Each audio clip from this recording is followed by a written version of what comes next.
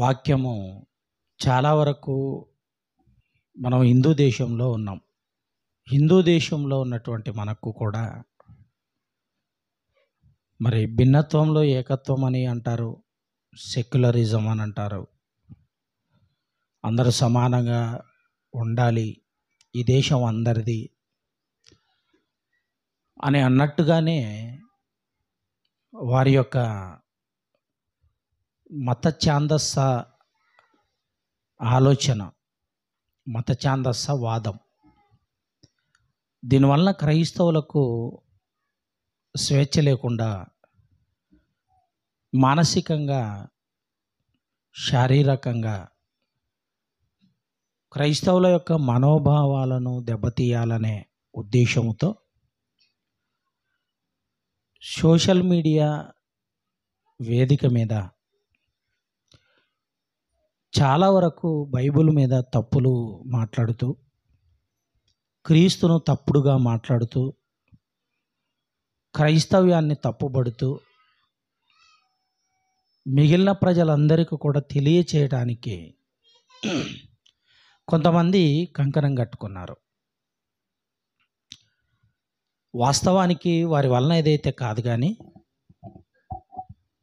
ఎవరి వలన ఏం కాదు. ఎందుకంటే బైబిల్ అనేది అనేక మంది దుర్మార్గులను మార్చిన గొప్ప పుస్తకం. ఈ గ్రంథం వ్యభిచారులను మార్చింది. ఈ గ్రంథం దొంగలను మార్చింది. ఈ గ్రంథం దుర్మార్గులను మార్చింది,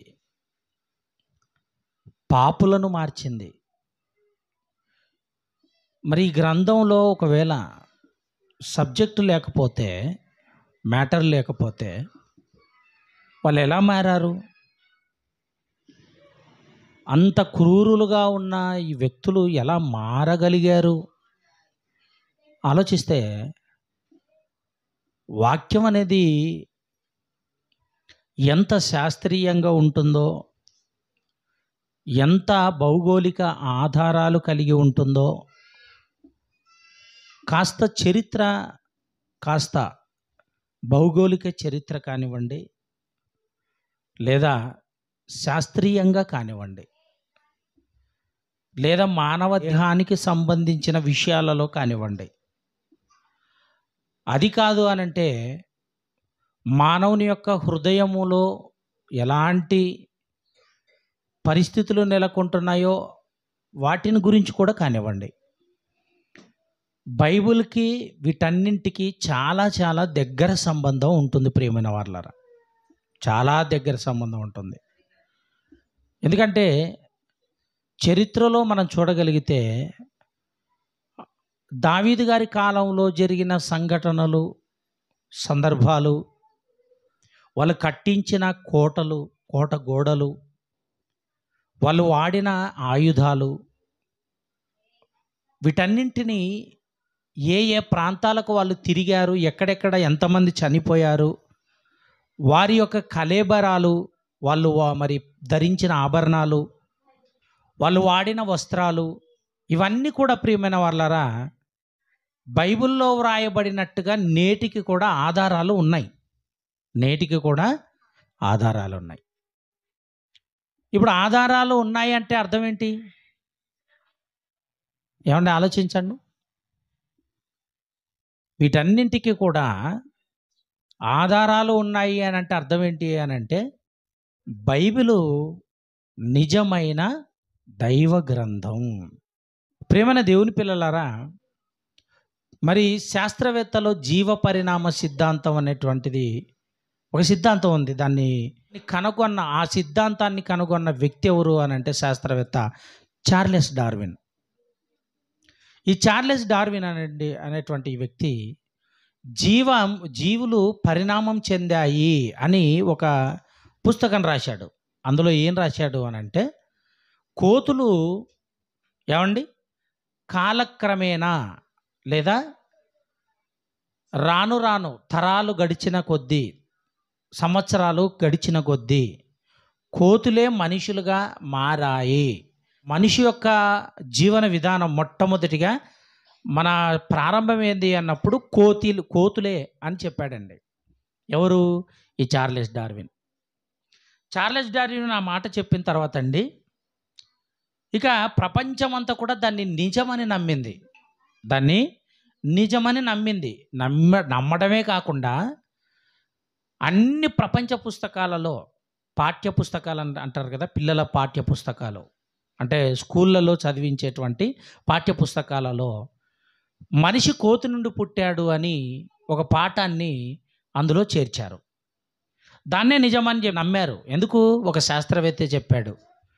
ఎవరు కనిపెట్టని జీవ పరిణామ సిద్ధాంతాన్ని చార్లెస్ డార్విన్ మరి కనిపెట్టాడు అని దాన్నే నమ్మారే తప్ప అసలు మనిషి ఎలా కోతి నుండి వస్తాడు అన్నది మాత్రం మనిషి ఆలోచించలేకపోయాడు. ప్రియులారా, మన ప్రారంభం నేను మా నాన్నలోకి వెళ్తే, ఆయన వాళ్ళ నాన్నలోకి వెళ్తే, ఆయన వాళ్ళ నాన్నలోకి వెళ్తే, ఇలా వెనకాల వెళ్తే చిట్ట చివరికి వెళ్ళేది ఆదాములోకి. ఆదాము దేవునికి కుమారుడు అని రాయబడిందండి బైబిల్లో. ఇది చారిత్రక ఆధారాలతో కూడా మరి చాలామంది చెప్పారు, నిరూపించారు కూడా. అసలు చార్లెస్ డార్విన్ ఈ జీవ పరిణామ సిద్ధాంతాన్ని కనుక్కున్నాడు కదా, అతనే 1858లో పశ్చాత్తాపపడి మరణించేటప్పటికంటే చావుకు దగ్గర అయ్యాడు. ఈ చార్లెస్ డార్విన్ అనేటువంటి శాస్త్రవేత్త చావుకు దగ్గర అవుతున్నాడు. అలా చావుకు దగ్గరైన తర్వాత నేను బైబిల్కి చాలా వ్యతిరేకంగా ఒక సిద్ధాంతాన్ని ప్రతిపాదించాను. ఆ సిద్ధాంతాన్ని లోకంలోకి వదిలిపెట్టాను. ఎంత పశ్చాత్తాపపడ్డాడు అని అంటే, ప్రియమైన దేవుని పిల్లలారా, కనుకొన్న ఇతను నా సిద్ధాంతం తప్పు అని అప్పటికే ప్రపంచమంతా కూడా పాకిపోయింది. మంచన్నది గడప దాటక ముందే చెడన్నది ఊరు చుట్టేసింది అని అంటారు చూసారా.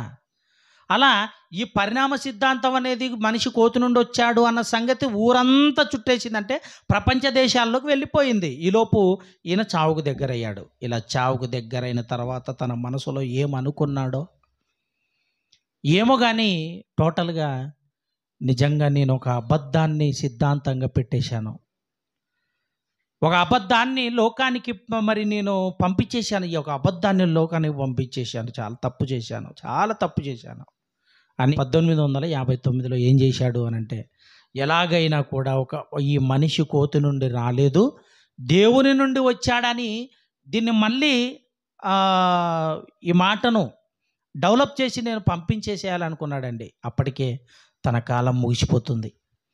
చనిపోయే సమయంలో ఆయన దగ్గర ఉండేటువంటి కొంతమందిని పిలుచుకొని ఇదిగో నేను చాలా తప్పుగా ఈ పరిణామ సిద్ధాంతాన్ని పెట్టాను, ఇది చాలా తప్పు, ఇది బైబిల్కి విరుద్ధం, దేవునికి విరుద్ధం, సమాజానికి కూడా ఇది విరుద్ధం, ఇదిగో నేను తప్పు చేశాను, ఒక అబద్ధాన్ని చెప్పాను అని పశ్చాత్తాపపడి బాధపడి వారికి చెబితే వాళ్ళు ఏం చేశారో తెలుసా?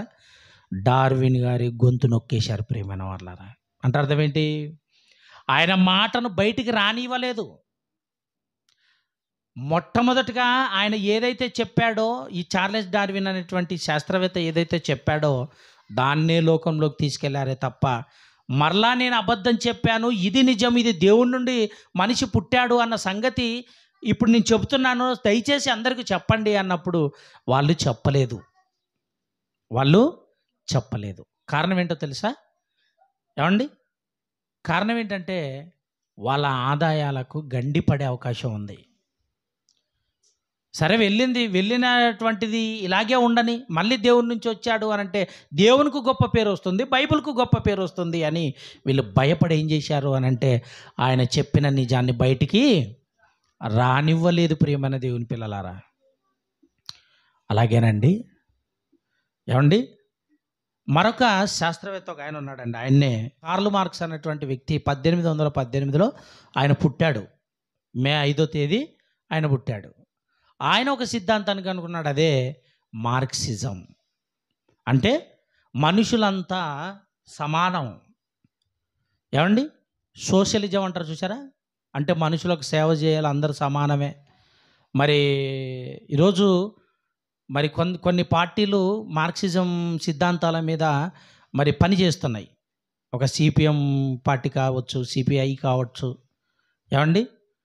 తర్వాత మరి చరిత్రలో ఒక ఆయన ఉన్నాడు, ఆయన చెగువీరా విప్లవకారుడు. చెగువీరా అనేటువంటి ఆయన ఆయన ఒక విప్లవకారుడు. అలాగే యేసుక్రీస్తు వారు కూడా విప్లవకారుడే.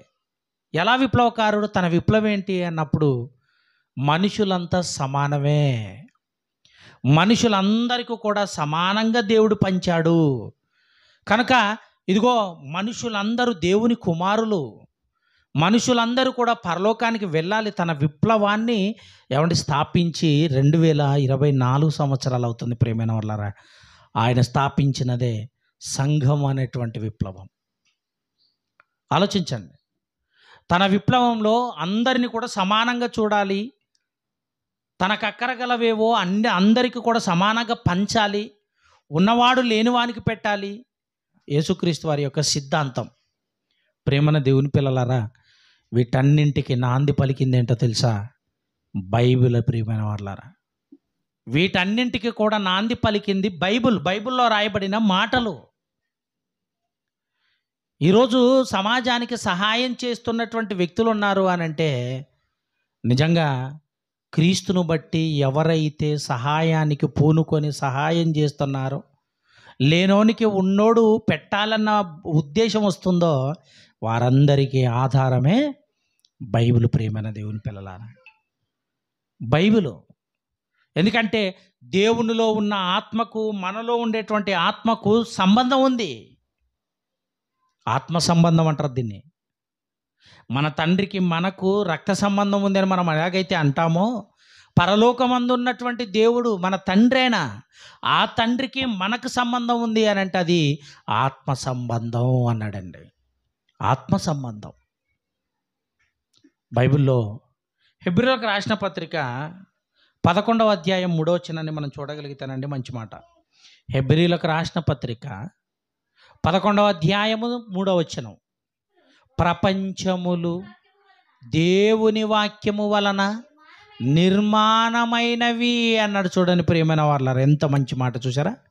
ప్రపంచములు దేవుని వాక్యము వలన నిర్మాణమైనవి. ఎవరెస్ట్ శిఖరాలు కానివ్వండి, అమెజాన్ అడవులు కానివ్వండి, ఎడారులు కానివ్వండి, భూమి ఆరిన నేల ఎక్కడెక్కడైతే ఉందో వాటన్నింటిని కూడా కలిగించింది సముద్రాలు, దేశాలు, దేశ జనాభా, ఆ దేశాలలో గనులు, లోహాలు కలిగినటువంటి దేశాలు, మంచి సంపద ఖనిజాలు కలిగినటువంటి దేశాలు కానివ్వండి, కొండలు కానివ్వండి, అవన్నీ కూడా ఎలా కలిగాయి అంటే ప్రపంచమును దేవుని వాక్యము వలన నిర్మాణమైనవి అన్నాడు. అలాగని దేవుడు కష్టపడలేదా అంటే కష్టపడ్డాడు. తన స్వహస్తాలతో చేశాడు గనక. ఒక ఇల్లు నిర్మించాలనుకోండి, ఒక మనిషి తాపి మేస్త్రీలు ఉండాలి. తనంతట తానే ఏర్పడింది ఈ ఇల్లు అని ఎవరైనా చెప్పగలరా? ఆలోచించండి. ఈ ఇల్లు తనంతట తానే కట్టుకుంది, తనంతట తానే నిర్మాణమైంది అని అంటే ఎవరైనా నమ్మగలరా? నమ్మశక్యమైన మాటనేనా ఇది? నమ్మగలరా? ఆలోచించండి ప్రియమైన వాళ్ళారా. అంటే ఒక ఇల్లు కట్టిన తర్వాత దానికి కొంత ఆయుష్ ఉంటుందండి, కొంతకాలం ఉంటుంది. స్లాబుకు వేసిన కడ్డీల శక్తి, ఆ కడ్డీలకు ఒక శక్తి ఉంటుంది. అవి ఎన్ని సంవత్సరాలు ఉండాలో అన్ని సంవత్సరాలు ఉండి తర్వాత ఏమవుతాయి అంటే కుళ్ళిపోతాయి. అలా కుళ్ళిపోయిన తర్వాత ఎక్కడ పడితే అక్కడ నెరలు ఇస్తాయి ప్రియమైన వాళ్ళారా. అలాగే గోడలు కూడా అక్కడక్కడ పరలిస్తాయి, అక్కడ కూడా నెరలిస్తాయి.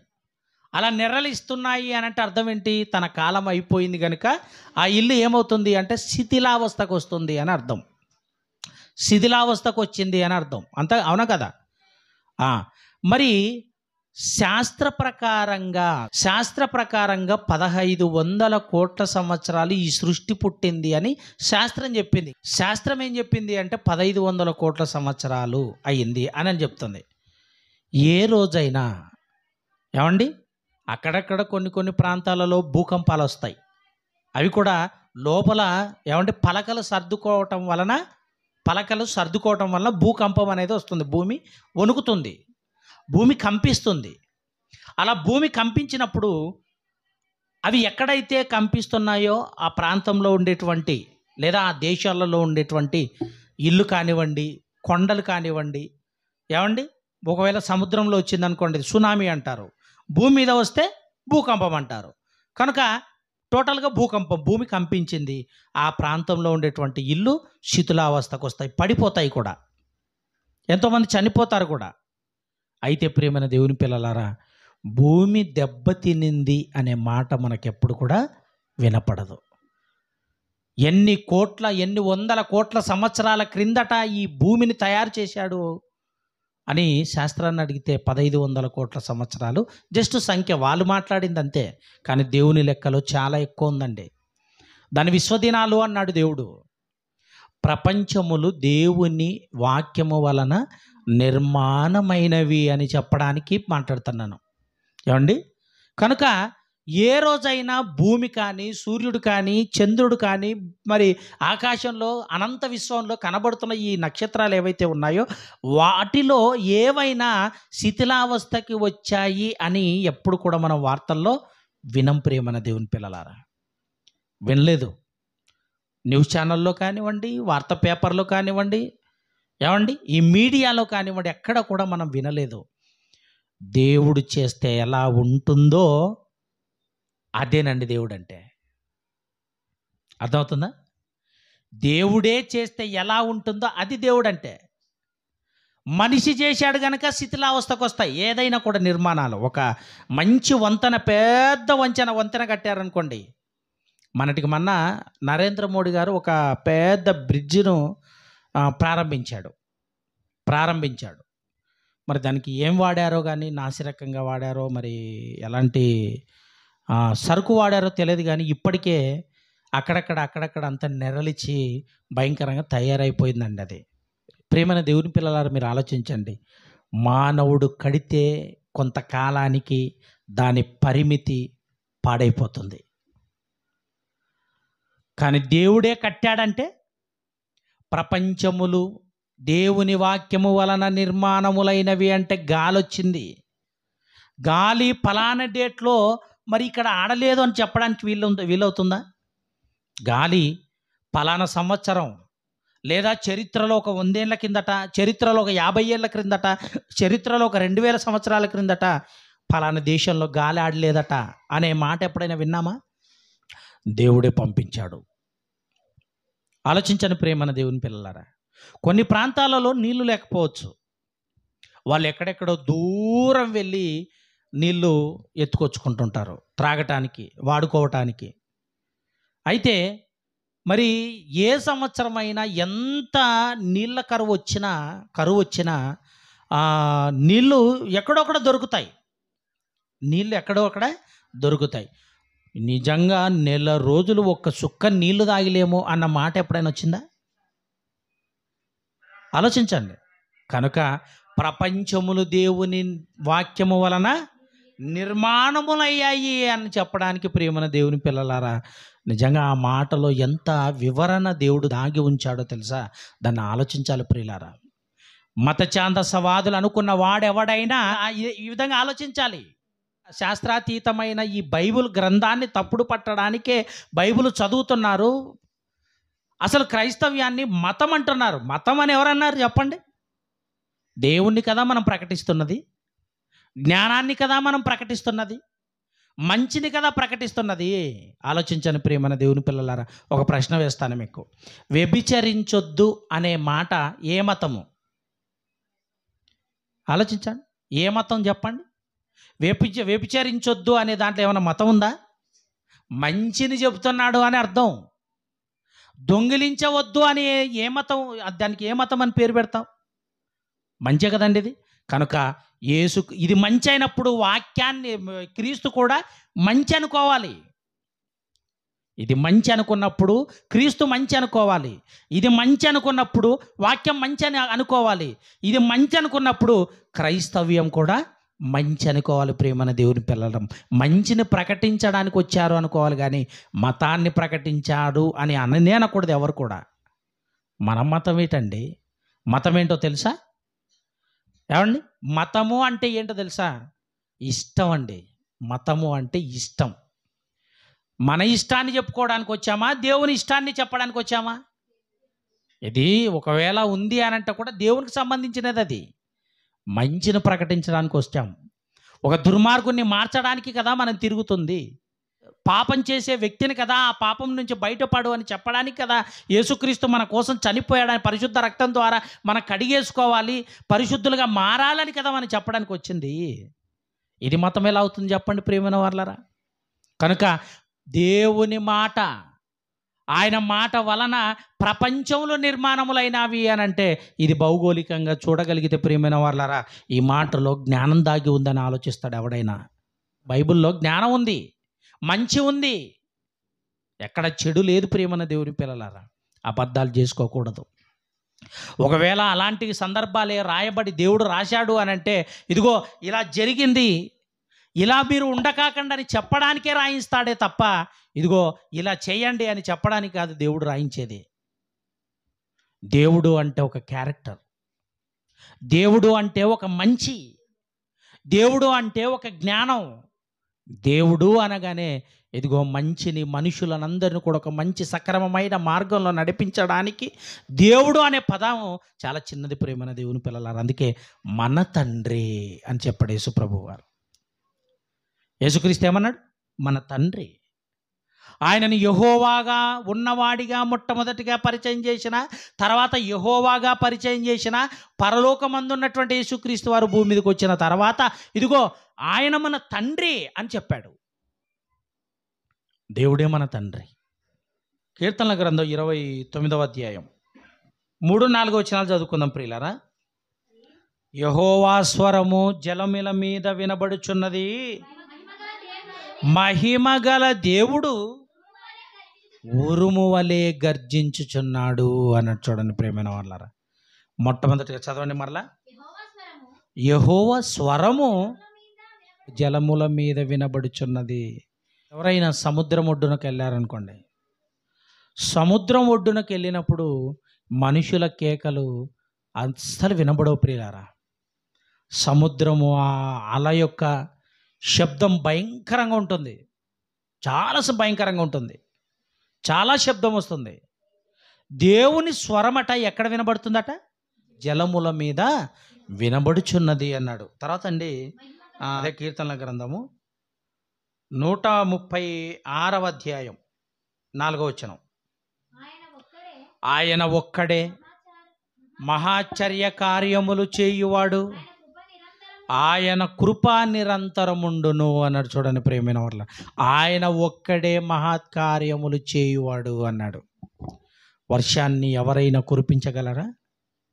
ఏమండి ఆలోచించండి. ఒక విత్తనాన్ని తయారు చేయగలరు ఎవరైనా? ప్రియమైన దేవుని పిల్లలారా ఆలోచించండి. అంటే వర్షం పడాలి అంటే దేవుని యొక్క కష్టం చాలా ఉంది ప్రియులారా. ఎందుకంటే వర్షం లేకుండా ఒక మనిషి ఈ భూమి మీద స్వేచ్ఛగా బ్రతకగలడా? సంతోషంగా ఉండగలడా? వర్షం లేకుండా, వర్షపు నీళ్లు లేకుండా ఈ లోకంలో ఎవరైనా కూడా తన సంతోషాన్ని వెళ్ళబుచ్చుకోగలరా? చెప్పండి ప్రియమైన దేవుని పిల్లలారా. వర్షం కురిపించటానికి దేవుడు ఎంత ప్రణాళికలు వేస్తాడో తెలుసా? ఎంత ఆలోచన చేస్తాడో తెలుసా? ఎంత శక్తిని ఉపయోగిస్తాడో తెలుసా ప్రియమైన వాళ్ళారా? ఆలోచించండి. ఆయన ఒక్కడే, ఆయన ఒక్కడే అంటే అర్థం ఏంటి? ఇంకొకడు లేడు అని. ఆశ్చర్య కార్యములు చేయువాడు ఆయన ఒక్కడే, ఇంకెవరు చేయలేరంటే వింతలు ప్రపంచంలో ఉన్నాయి అని అంటే ఏమండి అది దేవుడే చేయాలి ప్రియమైన వాళ్ళారా.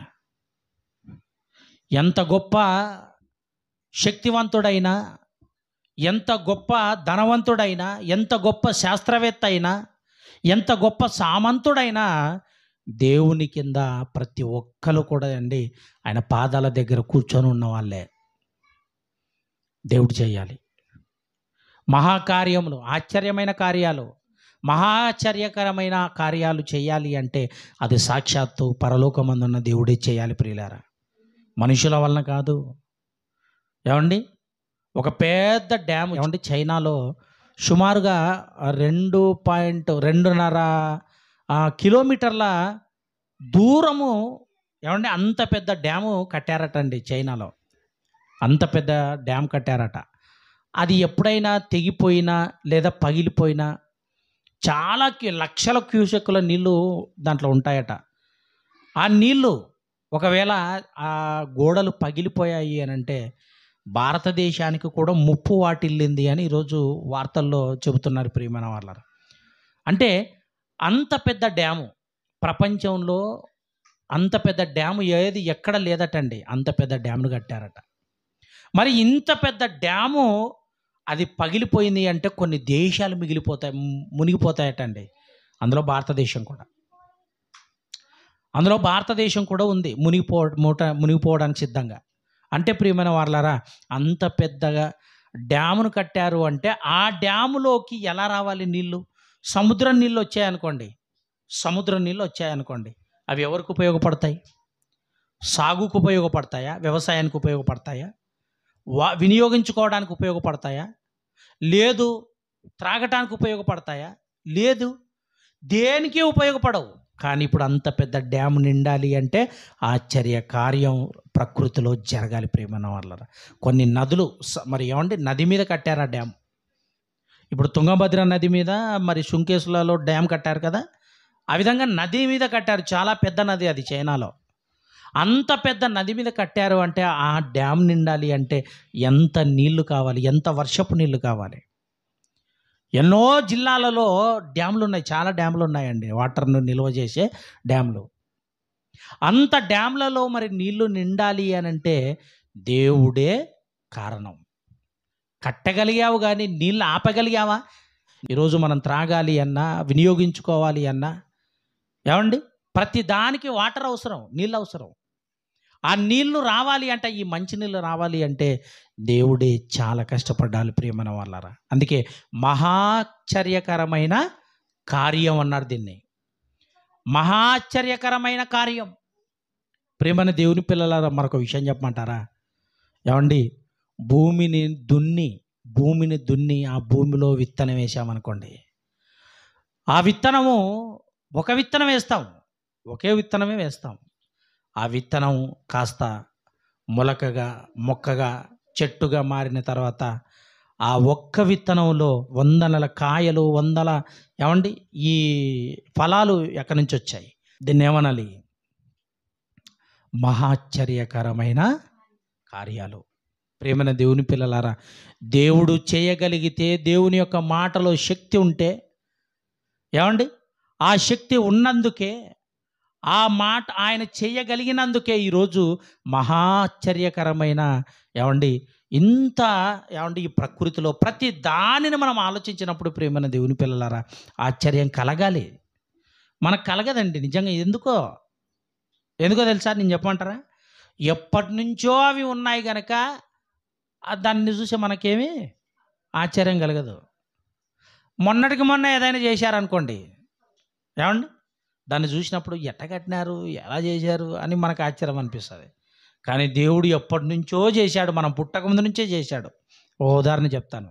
ఏమండి ఒక పుచ్చకాయ ఉందనుకోండి, పుచ్చకాయ చాలా సైజులో లా ఉంటుందండి. అది సుమారుగా 7 కేజీలు, 10 కేజీలు, 12 కేజీలు ఉంటాయి. చాలా పెద్దగా ఉంటాయి పుచ్చకాయ. మన భాషలో కల్లంగడి పండు అంటారు, వాటర్ మెలన్ ఇంగ్లీష్లో. ఈ వాటర్ మెలన్ను ఏమండి మరి బయట ఎలా ఉంటుంది? గ్రీన్గా ఉంటుంది. లోపల ఎలా ఉంటుంది? రెడ్గా ఉంటుంది. తింటే ఎలా ఉంటుంది? తీయగా ఉంటుంది. చూసారా? దీన్ని చూసినప్పుడు అండి నిజంగా దేవుడు ఇంత. ఒక ఆయన అంటున్నాడు, పండు తీసుకున్న తర్వాత, పాస్టర్ ఆయన కూడా, పండు తీసుకున్న తర్వాత రామకృష్ణ పండు తీసుకోవడం కదా, దీని గురించి మనం అబ్బబ్బబ్బ సూపరు, ఎంత గొప్ప పండో అని ఎప్పుడైనా అన్నామో మనము అని అడిగినాడు నన్ను. ఆయన అడిగితే ఎప్పుడు మనం చూస్తూనే ఉంటాం కాబట్టి మనకి పెద్ద ఆశ్చర్యం అనిపించదు. కానీ చిన్నానా మరి దీన్ని ఆలోచిస్తే కదా ఆశ్చర్యం అనిపించేది. పైన గ్రీన్ ఉంది, దాని మీద మళ్ళీ సార్కలు, లోపలగా ఏమండి రెడ్, తింటే తీయగా, ఏమండి దానివల్ల ఏదైనా ఎఫెక్ట్ అనేది ఉంటుందా? దాని పేరే వాటర్ మెలన్ తినగానే అసలు అది వాటర్ జ్యూస్ అయిపోతుంది, నోట్లోకి వెళ్ళగానే జ్యూస్ అయిపోతుంది. అది మళ్ళీ కడుపులోకే కాదు, నోట్లోనే మరి వాటర్ అయిపోతుంది. దేవుని ఆశ్చర్య కార్యం కాదంటారు చెప్పండి ప్రియులారా? ఏదైనా కానీ దేవుని యొక్క సృష్టిలో ఏదైనా కూడా ఏమండి నిజంగా ఆయన కార్యం చాలా గొప్పది ప్రియమైన దేవుని పిల్లలారా. ఒకసారి చూడగలిగితే 139వ అధ్యాయం, అదే కీర్తనల గ్రంథం 139వ అధ్యాయం 13-14 వచనాలు చదవండి ప్రియులారా.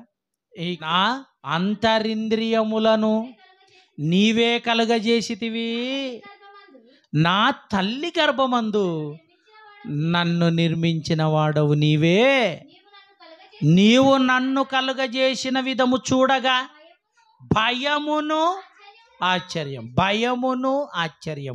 ఏమండి, నా అంతరింద్రియములను కలిగజేసినది నీవే. ప్రేమైన దేవుని పిల్లలారా, 6 వారాలలో తల్లి గర్భంలో నిలబడిన తర్వాత, ఏమండి తల్లి గర్భంలో మొట్టమొదటిగా నిలబడిన తర్వాత అండి, ఒక 6 వారాల కంటే నెలన్నర, 6 వారాలు అంటే నెలన్నర. ఈ నెలన్నరకు ఒక బియ్యం గింజంత, ఏమండి లేదంటే ఒక బురుగు గింజంత, ఈ బురుగు గింజ ఉంది చూసారా, అది ఎంత సైజు ఉంటుంది? చాలా చిన్నగా ఉంటుంది. ఆ బురుగు గింజంత పిండము తయారవ్వగానే అందులో దేవుడు అప్పుడే గుండెని తయారు చేస్తాడటండి. బురుగు గింజనే చాలా చిన్నది.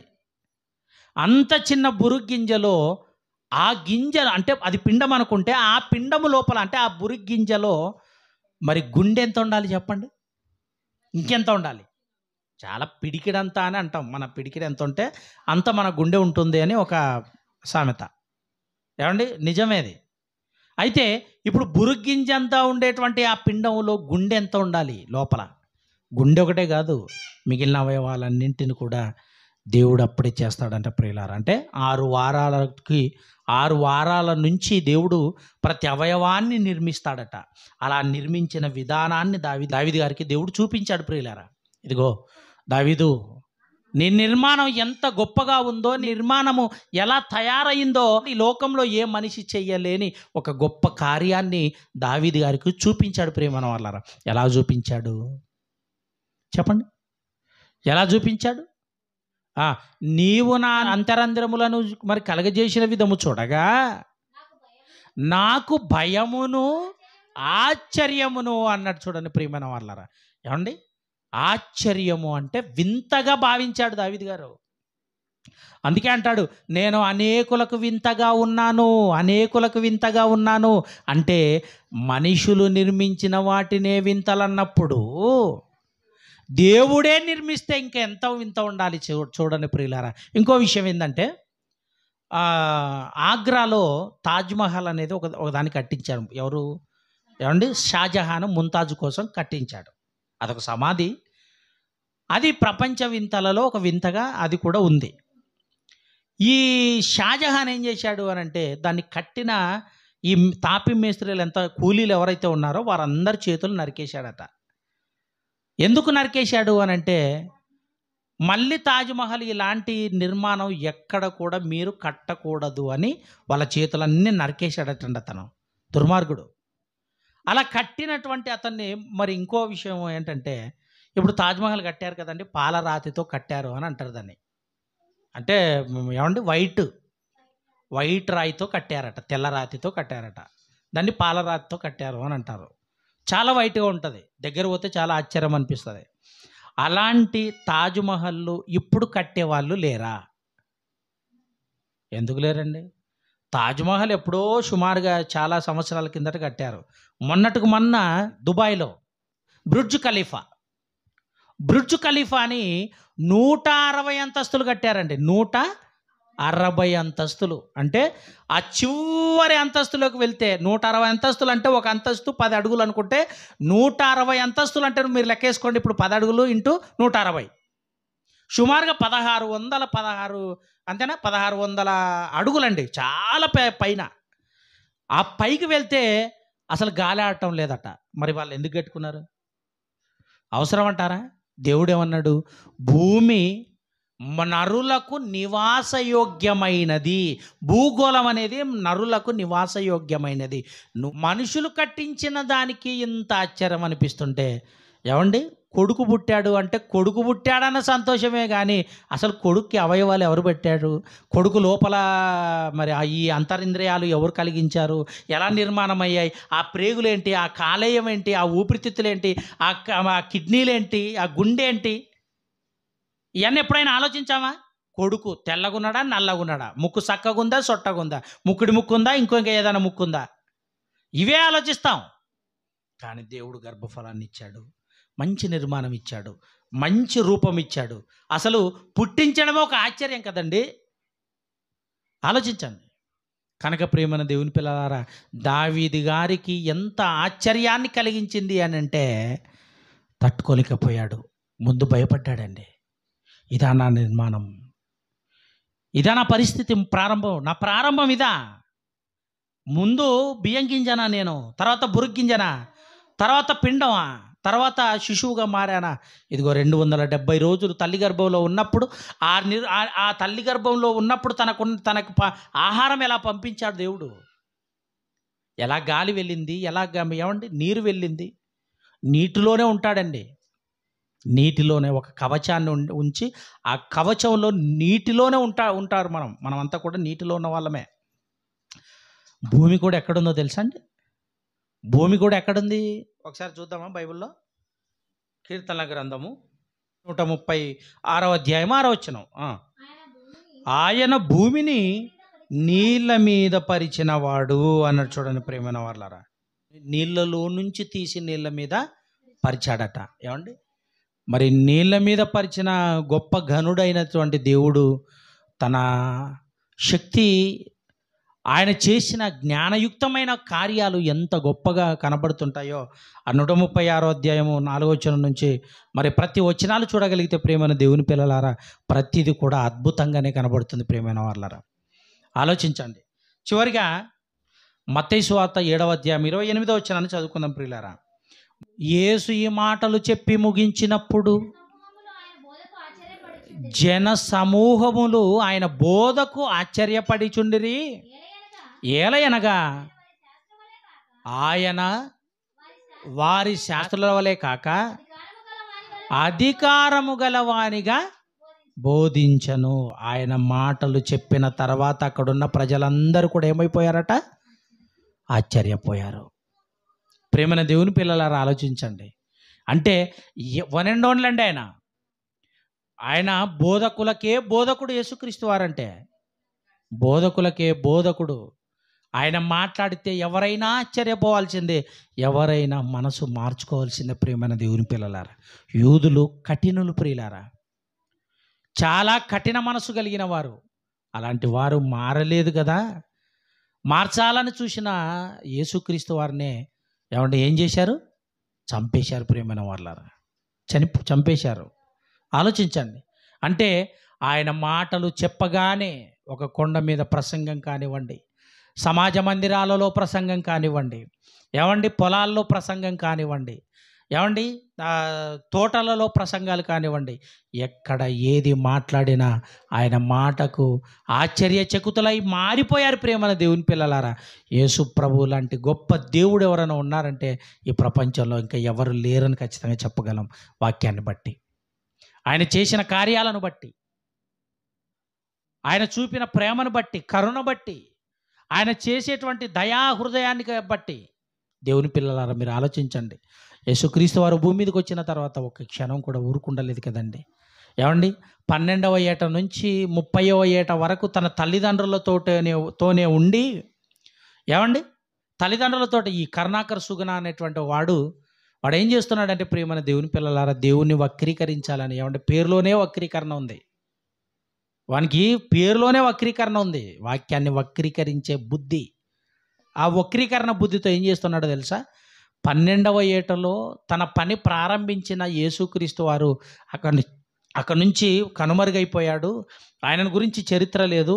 30వ సంవత్సరం వరకు ఎక్కడ కూడా ఆయన చరిత్ర లేదు. కనుక 18 సంవత్సరాలు, అంటే ఒక 18 సంవత్సరాలు 12వ ఏట నుంచి 30వ సంవత్సరం వరకు ఎక్కడ కనిపించలేదు. బైబిల్లో ఆయన గురించి ఆధారాలు లేవు కనుక ఆయన 12వ ఏట నుంచి 30 సంవత్సరాల వరకు ఎక్కడో మరి వివాహం చేసుకున్నాడు, వేరే స్త్రీలతో వ్యభిచారం చేశాడని రకరకాలుగా తప్పుడుగా దేవుని మీద తప్పుడుగా మాట్లాడొచ్చా ప్రియులారా?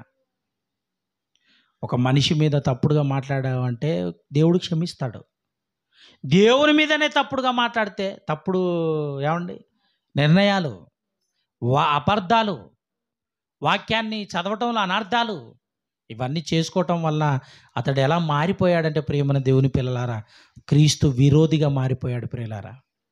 ఎందుకంటే యేసుక్రీస్తు వారి యొక్క ఒక మాట మనం చూడగలిగితానండి. అదేంటంటే, నాలో పాపముందని మీలో ఎవరు స్థాపించగలరు అంటాడు. ఆలోచించండి, నాలో పాపముందని మీలో ఎవరు స్థాపించగలరు, ఎవరు చూపించగలరు? అసలు నేను పరిశుద్ధుడను కదా, ఎక్కడా కూడా పాపం చేయకుండా నిజాయితీగా 33.5 సంవత్సరాలలో గ్రంథపు చుట్టలో రాయబడిన ప్రకారంగానే బ్రతికాడే తప్ప ఎక్కడ కూడా అలాంటి తప్పుడు ఆలోచనలు యేసుప్రభుల వారు చేయలేదు ప్రియమైన వాళ్ళరా. ఆయన జీవితాన్ని ఒక తెరిచిన పుస్తకంగా చూడగలమే కానీ ఆయనను గురించి అందరూ అర్థం చేసుకున్నది ఇదే, ఆయన ఒక మహా గొప్ప పరిశుద్ధుడని. ప్రపంచ దేశాలలో ఉన్నటువంటి 800 కోట్ల జనాభాలో 420 కోట్ల మంది జనాభా ప్రభువును నమ్ముకున్న వాళ్ళే. అంతమందిని ఆకర్షించాడు ఆయన. అర్థం కాలేదా లోకానికి? ఇది మన దేశంలోనేనా? మత ఛాందసవాదం ఎంత భయంకరంగా క్రూరంగా ఆలోచిస్తుందో చూడండి ప్రియులారా. ఆయన మీద ఎంత తప్పుడుగా ముద్ర వేస్తుందో చూడండి ప్రియమైన దేవుని పిల్లలారా. కనుక దేవుని మహత్తు గల మాట చేత ప్రతి ఒక్కరు కూడా నమ్మాలి. ఎందుకు నమ్మాలి? భౌగోళికంగా చరిత్ర ఉంది, జరిగింది కనుక. బైబిల్ అనేది కథలు కాదు, బైబిల్ అనేది కథల పుస్తకం కాదు. మరేం పుస్తకం చెప్పండి? బైబిల్ అనేది కథల పుస్తకం కాదు ప్రియమైన దేవుని పిల్లలారా. హిస్టరీ అంటే చరిత్ర, జరిగిపోయిన చరిత్ర, జరుగుతున్న చరిత్ర, జరగబోయే చరిత్ర, భవిష్యత్తు, భూత వర్తమాన భవిష్యత్తు కాలాలను తెలియజేసే పుస్తకమే మహత్తు గల మాట, దేవుని మహత్తు గల మాట. ఆయన మాటలో శక్తి ఉంది, ఆయన మాటలో ప్రపంచములు కలిగాయి అని చెప్పడానికి ప్రియమైన దేవుని పిల్లలారా, ఆయన ఎంతో సంతోషంగా మన కళ్ళ ముందు ఇదిగో ప్రకృతిని చూసినప్పుడే కదండి ఆయన గురించి నిజం తెలిసేది. ఈ లోకాన్ని ఆలోచించటం వల్ల కదా మనకు ఇది నిజం తెలిసేది. అలా ఆలోచించి ఒక మంచి నిర్ణయంతో దేవునిలో స్థిరులుగా, ఎంతమంది సోషల్ మీడియా ద్వారా ఎంతమంది ఎన్ని అబద్ధాలు మాట్లాడినా, ఎంత ఘోరంగా మాట్లాడినా వాటన్నిటిని పక్కకి నెట్టేసి వాక్యాన్ని వాక్యంగా మనం అర్థం చేసుకోవాలి ప్రియులారా.